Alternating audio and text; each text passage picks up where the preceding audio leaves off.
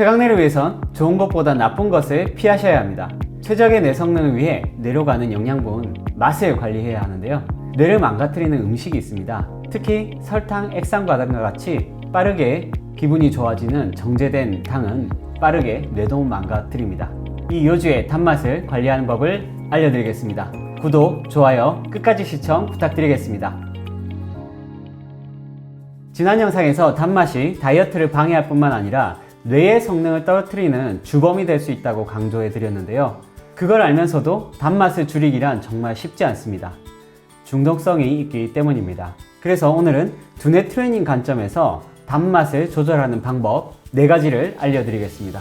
먼저 지금 당기는 단맛이 진짜 몸의 에너지가 부족해서 생기는 허기짐인지, 습관적으로 단맛이 당기는 가짜 허기짐인지 구분하셔야 합니다. 가짜 허기짐은 스트레스가 주 원인입니다. 스트레스가 발생했을 때 분비되는 코티졸은 인슐린 분비를 억제하고 혈당 수치를 높이지만 동시에 배고픔을 유발하는 그렐린 호르몬 분비를 증가시킵니다.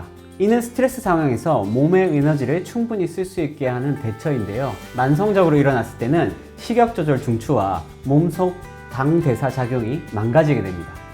가짜 배고픔은 배가 부르게 식사를 한 지 3시간이 채 지나지 않았는데 달고 짜고 맵고 자극적인 맛을 내는 케이크, 떡볶이, 도넛과 같은 특정 음식이 당기는 것으로 나타납니다. 이때 대처할 수 있는 첫 번째 방법은 물을 마시는 겁니다. 물을 마시고 20분가량이 지났는데도 계속 허기짐이 있다면 이는 진짜 허기짐이니 좋은 음식으로 식사를 하시는 것이 좋습니다.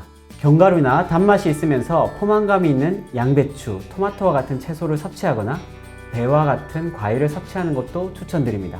그런데 과일도 너무 많은 섭취를 하게 되면 과당의 영향으로 지방간이 될 수 있으니 주의하셔야겠죠? 두 번째는 음식을 꼭꼭 씹어 먹기입니다. 특히 쌀밥과 같이 전분이 든 음식에는 아주 효과가 좋습니다.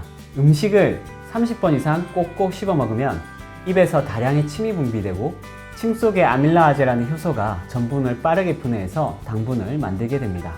이 당분이 일정 농도 이상이 되면 뇌에 배가 부르다는 신호를 전달하게 돼서 단 음식을 덜 먹게 되는 것이죠. 맛있는 단 음식을 보게 되면 저도 모르게 폭풍 흡입을 하게 되는데요. 이때 한 테포 쉬고 천천히 맛을 음미하고 몸에 당이 차오르는 느낌을 느끼면서 꼭꼭 씹어 먹게 되면 이를 조절할 수 있는 여유가 생깁니다. 뇌에서 일어나는 대사 조절 작용에 대한 속도를 맞추는 것이죠.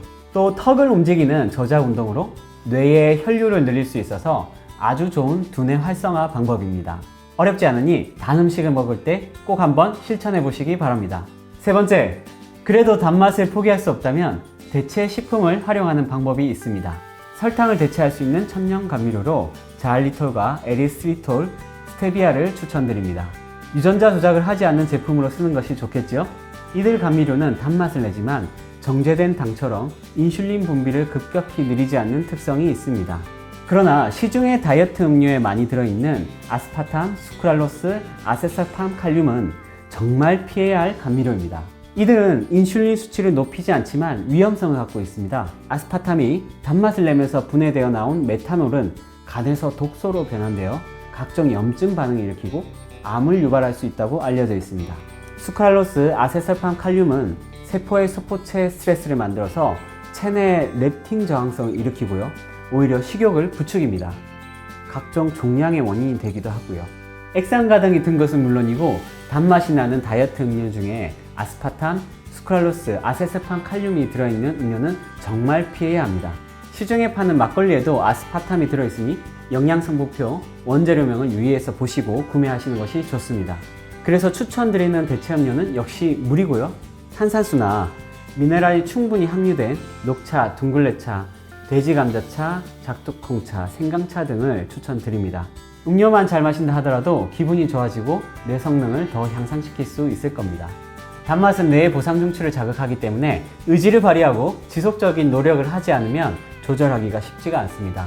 그래서 마지막으로 알려드리는 것은 브레인트레이너 다이어리 BTD를 활용한 단맛 섭취를 조절하는 훈련입니다.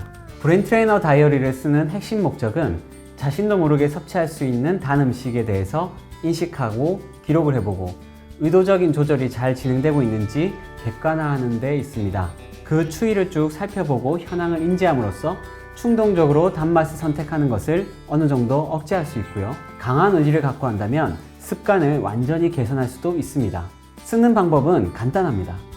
처음에 일주일만 매일 기록해 본다는 목표를 가지고 해보시기를 권장합니다. 다이어리의 칸을 4개로 나누시고요. 첫 번째 칸에는 날짜를 씁니다. 그리고 두 번째 칸은 그날 섭취한 단맛의 음식을 쓰고요. 세 번째 칸은 그날의 컨디션을 1에서 10점까지 수치화하여 씁니다. 1점은 매우 나쁨, 10점은 매우 좋음으로 점수를 매깁니다. 이 칸은 주로 저녁에 하루를 돌아보며 쓰시면 되겠는데요. 오늘의 컨디션이 어땠는지 평가하고 수치화합니다. 마지막 네 번째 칸은 알게 된 점, 느낀 점을 씁니다. 오늘 날짜를 쓰고 하루를 마무리하며 그날 먹은 단 음식을 써봅니다. 예를 들어 아침에 샐러드에 뿌린 유자청, 오렌지 주스, 그리고 점심 때는 초콜릿 케이크와 바닐라 라떼, 저녁 때는 감을 먹은 것으로 기록을 해보았습니다. 그날 컨디션은 6 정도로 기록을 해보았고요. 그리고 그 뒤에 알게 된 점, 느낀 점을 쓰겠습니다. 처음부터는 단 음식을 완전히 줄이려고 하기보다는 평소에 내가 어떤 단 음식을 먹고 있는지 기록을 하다 보면 습관을 알 수 있고요. 또 그 단맛이 미치는 악영향을 안 이상 조절해야 되겠다는 생각을 가질 수 있게 됩니다. 그렇게 해서 한두 개씩 줄여보고 그날의 컨디션을 계속 기록하다 보면 단맛을 줄였을 때 식욕도 안정이 되고 오히려 피로감도 줄고 뇌 성능은 높아지는 것을 체험하실 수 있을 겁니다. 이러한 체험이야말로 여러분의 몸과 뇌를 위해 단맛을 조절하는 원동력이 될 것이니 꼭 한번 시도해 보셨음 합니다. 다음 편에서도 여러분의 최강뇌를 위한 유용한 정보 알려드리겠습니다. 구독, 좋아요, 알림 설정 잊지 마시고요. 다음 영상에서 뵙겠습니다. 감사합니다.